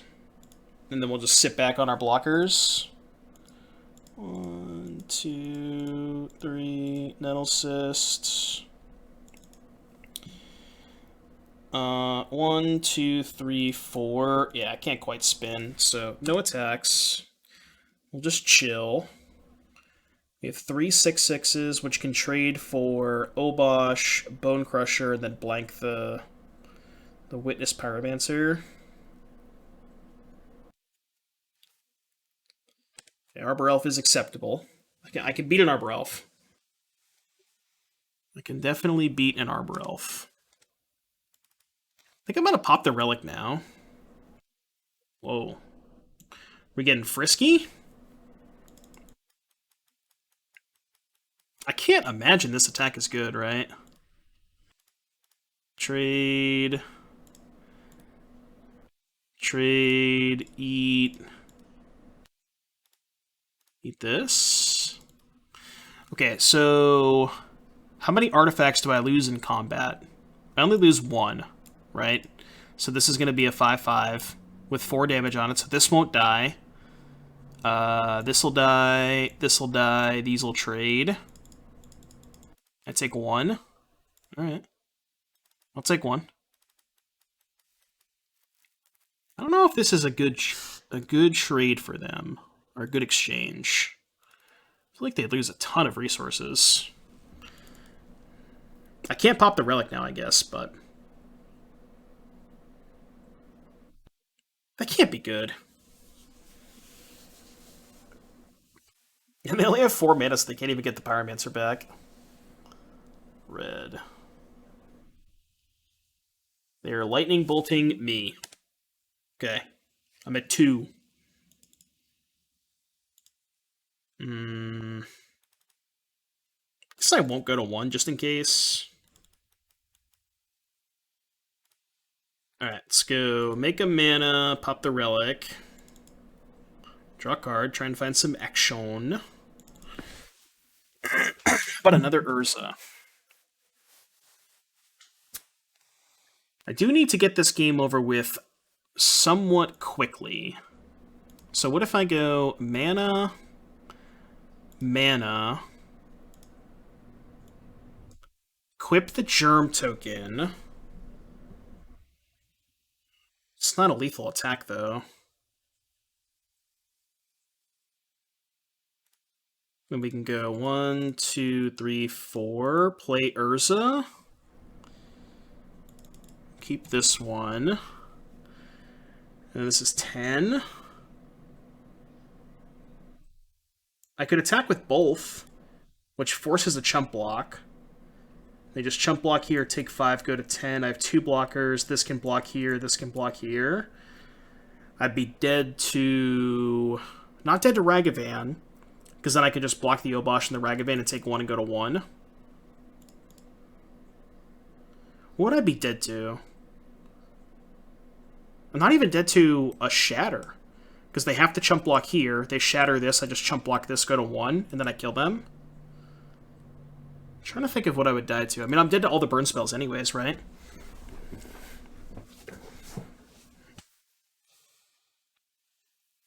Alright. Your turn. Please don't draw a burn spell.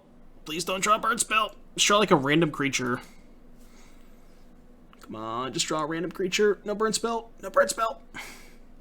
I guess I would lose to this, right? They can make 2 1/1 haste. Yeah, I would lose to Sokenzen. So they just make 2 1/1 haste and then attack with all 4. I block, block, take 2. That would be it. That would be a nice way to go out. Losing to Sokenzen. Alright, they did not draw a burn spell. What did they draw, though? Hopefully it's a land. Okay, they're going to force the trade. Trade happens. Trade happens. They drew Stomping Grounds. They're dead, right? I believe they're dead. just move my equipments around, right? Play Sentinel. Yeah, I could just make 3 giant things.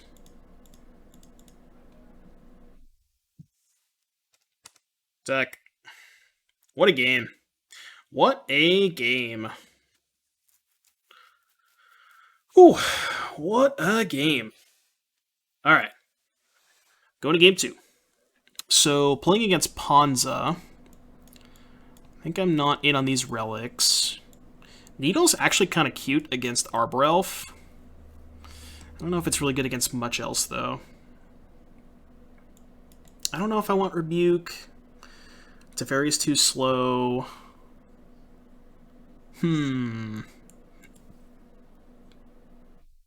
Spellbomb is okay. Nettlecyst is not the best against Pillage. Whereas, like, these 3 blue cards are a lot better against that. So maybe I just trim a Nettlecyst and bring in all the portable holes. No Rebukes in the draw. Rebuke is really bad if they have a turn 1 mana dork. Or, you know, Piece of Acceleration. Teferi, I think, is too slow on the draw. Like, I think if we go to game 3 on the play, I might want the Rebukes, but I don't think I want them on the draw. I think I like this. Against the Pillage Stone Rain deck, I have to keep in all my mana sources, even though I wouldn't mind trimming on Prototype Ornithopter. I need access to all my mana in a matchup like this. When they're, like, you know, aggressively attacking my mana base.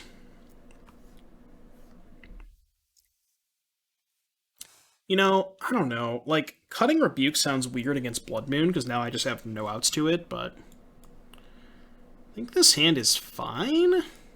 It's got basics. And it's got mana. Prototype is mana. I don't know if this hand's good, but try it. So they're going to play Arbor Elf, and hopefully we'll draw Portable Hole. Red. Oh, that's a lot worse for us. That is a lot worse. Alright, Prototype, go.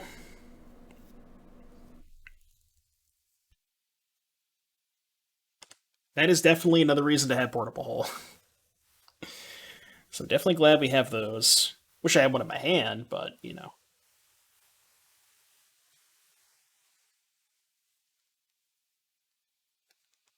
Alright, they exile the Saga. Would have been a good draw. Depending on whether or not they have Blood Moon. I actually wonder if I should have led on Hallowed Fountain, because if they have a Stone Rain, I kind of would rather have the basic after the fact, right? It's pretty close. Okay, well, they don't have Blood Moon, because they would have played it instead of Arbor Elf, I assume. Cast Prototype, play Hallowed Fountain tapped.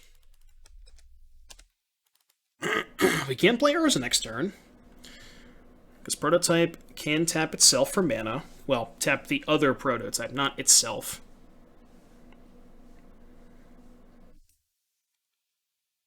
Okay, so we assume they didn't have Blood Moon last turn. So let's see if they drew Blood Moon. Ah, gross. Gross, gross, gross. Now we can't play the Urza. Damn it. That's tough.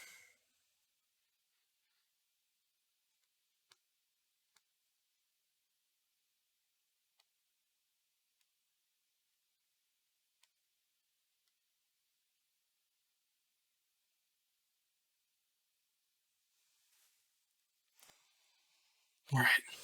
Red mana. They're untapping the land. Red, red.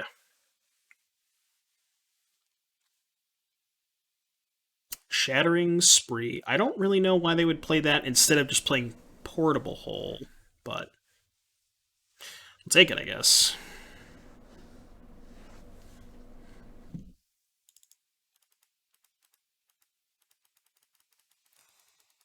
Alright, Prototype, go. Kind of just doing nothing over here. At least they're not doing too much. They had the option to play a spell off Ragavan last turn and they declined, so Ragavan's not doing a ton for them.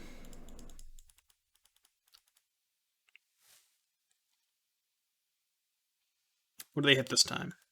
Okay, you can have an Ornithopter. Actually, kind of wouldn't mind drawing an Ornithopter, but it's fine.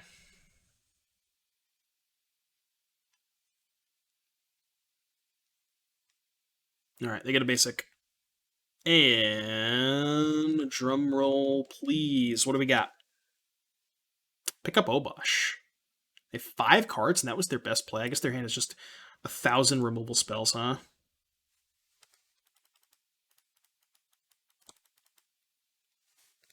Alright, Urza, make a thing.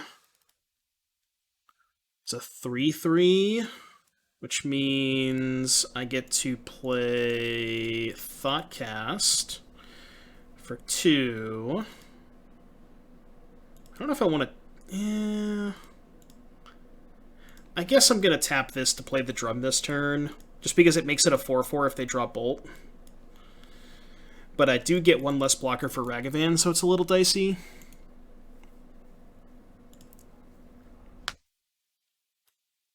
Probably play Monitor next turn. I mean, might be able to get out of this. What's this? Red, red, white, green. Bloodbraid Elf, maybe?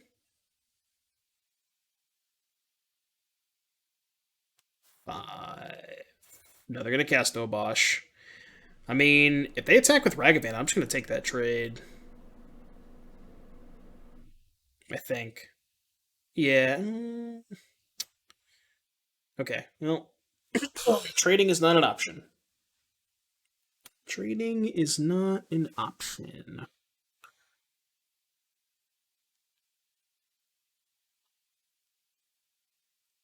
Yeah, that's bad.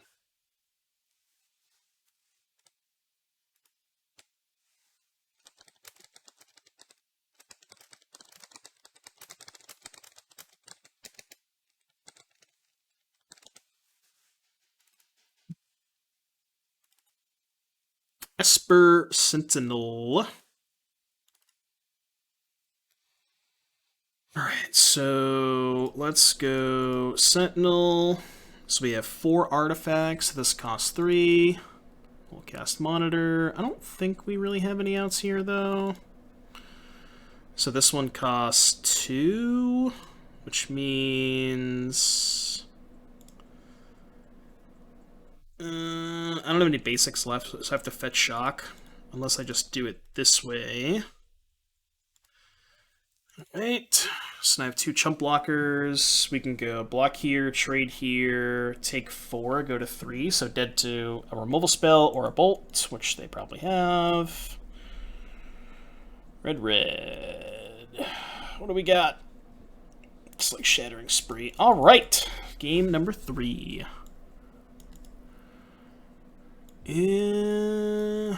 Well, see, the issue is if they're like super heavy on Shattering Spree, Metallic Rebuke is not really that good against Shattering Spree. So I think I'm just going to... You know what? Let's actually cut Sentinel into play, because I like Rebuke so much against them, and like Sentinel's really bad against Fury anyways, so I think this is good. Drum, Portable Hole, Monitor, Saga. This hand's good. We get to lead on Drum. Then we can Portable Hole whatever they play on turn 2, along with playing Saga, which prevents them from turn 2 Blood Mooning us, which is what we're doing here. What are they going to name? Probably Saga, right? Just Portable Hole that if they name Saga. If they don't name Saga, I'm just not going to care about this. Opponent does not know how that works. Alright, well, your turn, I guess. Kind of awkward.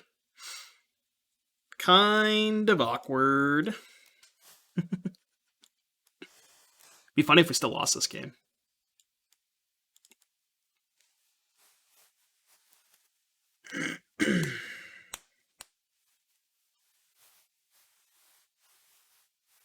Green, Utopia Sprawl. Alright, what I'm probably going to do is go main phase, make a Saga token, and then kill the Utopia Sprawl. Well, I don't have to do that anymore, because I drew a 0-mana creature. So now we can just go Portable Hole the Sprawl, and then chill. Alright, Portable Hole, the Utopia Sprawl. Alright, we'll make a token. Portable Hole the Sprawl, Ornithopter down. I think they realize the error of their ways. And I guess they could still have a Blood Moon, but even if they tap out for Blood Moon and we just go land Nettlecyst, we're probably okay.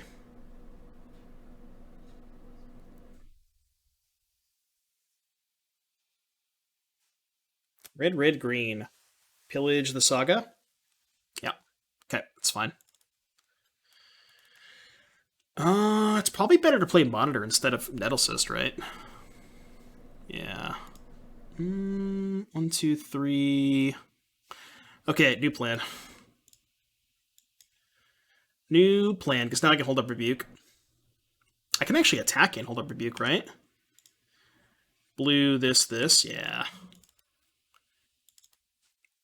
I'm basically going to Rebuke whatever they play. I mean, obviously, if they have Shattering Spree, this sucks, but I can Rebuke the Shattering Spree that's targeting the Nettlecyst, maybe? Hopefully they don't have Spree. You do. Alright, we get to keep the Nettlecyst.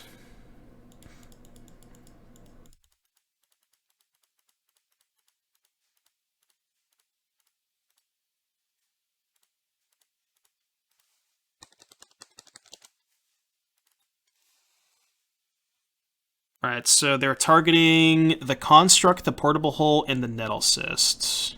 Right? Construct, Portable Hole, Nettlecyst. So I'll keep the Nettlecyst in play. Blue, this. So keep the Nettlecyst, the Portable Hole, and the Construct goes away.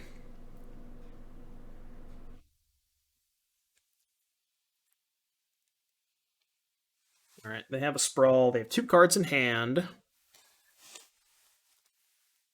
And I have 2 artifacts, which means any land allows me to play Thought Monitor. That one's pretty good, too. Alright, attack for 3. Please don't have a second Shattering Spree. Pretty please, pretty please, pretty please.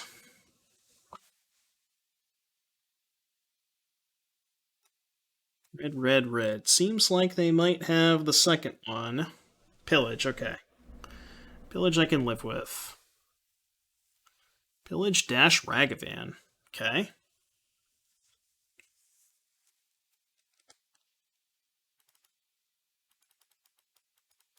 We'll be hitting off Ragavan. They're also down to 10, so. Alright, land would actually not be that bad for Monitor. Okay. 1, 2, 3, 4, 5. Play Monitor. Okay. Portable Hole is a card. We got Bloodbraid Elf. 5. Fury. It's bad.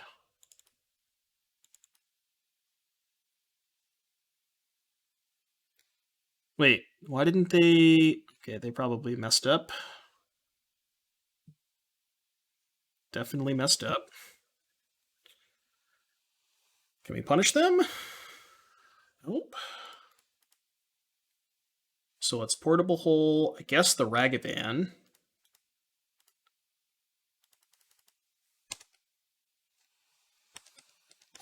Very, very unfortunate set of draws here. Our opponent Pithing Needle the Springleaf Drum.